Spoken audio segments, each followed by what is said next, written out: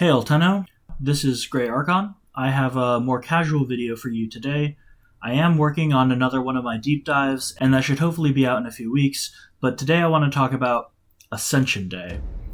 This is a short 5-minute animation that DE put out to celebrate the release of Styanax, who was actually the 50th Warframe ever released, and they apparently decided that such a nice round number deserved something special, so they put out this animation along with the frame. The film is about Styanax fighting a monster called the Leviathan, which is controlled by an evil scientist known as the Philanthropist. I won't get into each plot point in this video. If you want to know more, I just posted a transcript of the film to the Orkin Archives, or you can just watch the video itself. It's only like 5 minutes long, and I think it's pretty good. But while writing up the transcript, I watched the video multiple times to get everything right, and I noticed that it's packed with a ton of background details that many people might not notice. So I just wanted to talk about those details for a bit because I think they're really cool. Let's start with this character here, the Philanthropist. He's clearly Corpus or Corpus adjacent, and the Levarian Gallery for Styanax, which covers the exact same incident, calls him a Corpus Renegade, which makes sense. A lot of his outfit resembles Corpus garb, especially the pattern of his robe in this shot, which resembles the Opulus robe Syandana and also Alad V's cloak. He also has these face tattoos similar to those you see on the Corpus, but his tattoos are not solid black like most Corpus tattoos, they're actually colored. So you see this purple circle on the top of his face and orange tattoos off to the side here. Combined with the green that is the major color of his outfit, these form his primary color palette, purple, orange, and green, and they show up on all the materials related to him and his cult. Let's talk about his cult for a second. Towards the end of the video, you see this crashed Corpus Obelisk, which I'm assuming was originally his ship, and he crashed into this area on an unnamed planet where he eventually set up his compound. The Levarian says that the area was formerly desolate, and there might have already been a small settlement nearby, but the Philanthropist also traveled the origin system, gathering orphans and bringing them back to the settlement to shelter and educate them. And this is probably, I'm assuming, where he got his name, the Philanthropist.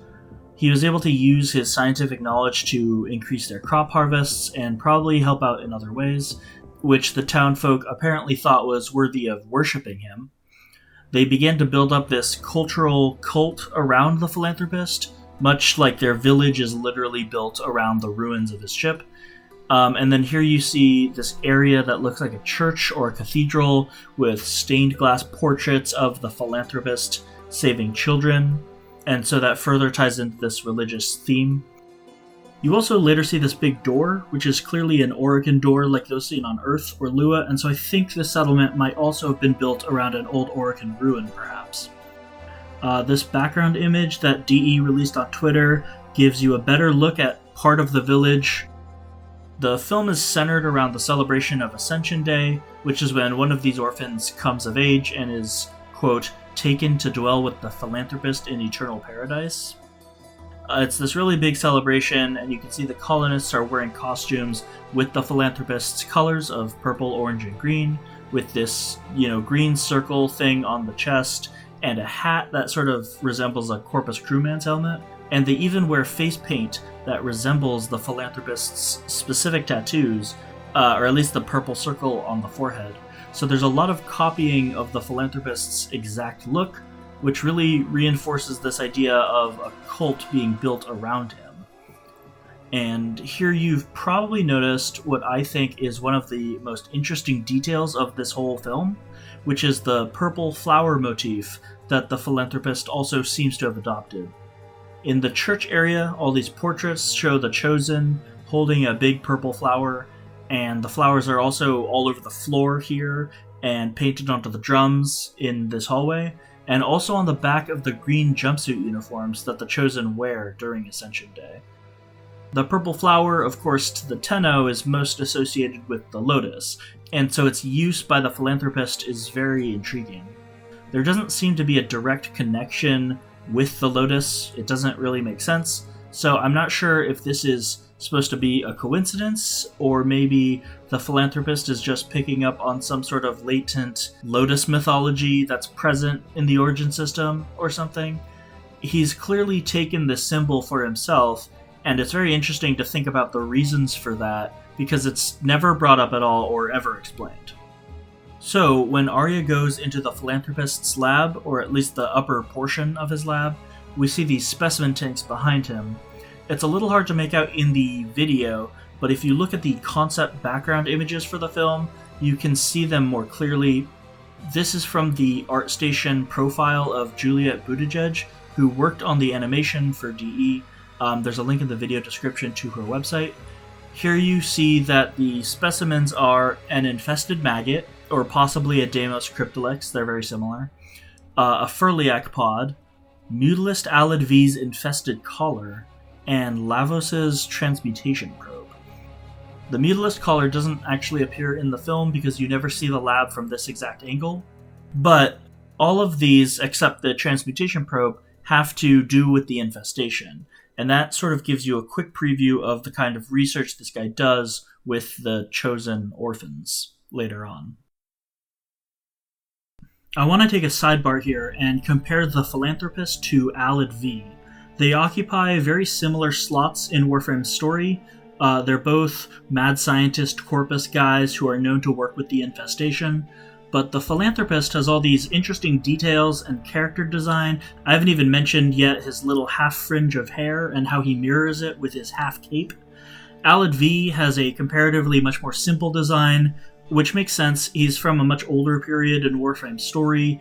He was just meant to be a generic corpus boss, and he keeps recurring so often because the voice actor works at DE, and so it's so easy to bring him back. So Alid V has this really outsized role in the overall Warframe story, despite having a character design that is less distinctive than some of the more recent characters, while the philanthropist just has a very interesting design that unfortunately I don't think we'll be seeing again, since his story is very self-contained, and of course he dies in this film. I don't really have a point to this sidebar. This is just sort of the train of thought I was having when thinking about the philanthropist and how he fits into the overall lore. Going back to the film, when Arya is taken down to the philanthropist's underground labs, she discovers that all the other Chosen, including her older brother, have been amalgamated into this giant flesh golem called Leviathan. The philanthropist was also apparently using Corpus crewmen in some of these experiments, possibly the crewmen who survived his ship's crash. This concept image, again released by DE on Twitter, shows crewmen in the specimen tanks. You never quite see this in the actual film, except in this particular moment here. Sort of, hard to see. Styanax shows up to save Arya, and the funny thing is that the film doesn't attempt to explain how Styanax knows Arya, or how they made a plan to stop the philanthropist, and then you read the Laverian, it continues to be ambiguous, with Drusus asking these questions out loud, and then saying he doesn't know the answer. So I think it's funny that it's just sort of this enduring mystery. And then about half of the film consists of Styanax fighting this massive Leviathan creature, and you see him cast all of his abilities, which I think was a very cool thing to add into the film. He uses Axios Javelin the most, really spamming it, especially in this sequence right here. He doesn't definitively cast Tharos Strike, but he does bash with his shield or deflect with it a lot, basically using it as you might expect him to use a shield, and so making the same motion, really. At the climax of the film, he casts Rally Point to awaken all the bodies that are comprised by Leviathan, and the interesting thing here is that the animation is totally different. I think it's unambiguous that he is casting Rally Point because he fills the Chosen with morale and resolve and energy, and this reignites their dormant consciousnesses, but instead of the distinctive animation for the ability, he just sort of holds out his hand. And then strangely enough, he does do the animation for Rally Point later, right before he casts Final Stand. So I think that's a little funny. And then the animation for Final Stand is slightly different, with Styanax summoning a bunch of javelins and then throwing them all at once, instead of summoning spectral clones of himself. But I think that's just, artistic license. And then that's basically the end of the video. Arya becomes the new leader of the colony, according to the Laverian, and Styanax sort of indicates that he'll be around if she needs him, and then he just takes off. So that's all I have on Ascension Day. I guess that ended up being about half the details that I noticed and half just my thoughts overall. Let me know how you like this video. The more scripted deep dives are still going to be the primary content on this channel, but I may do more of these shorter videos if they're well received. Feel free to join the Discord community if you want, or support me on Ko-fi. The links for both of those are in the description, and stay tuned for more lore from the Orokin Archives.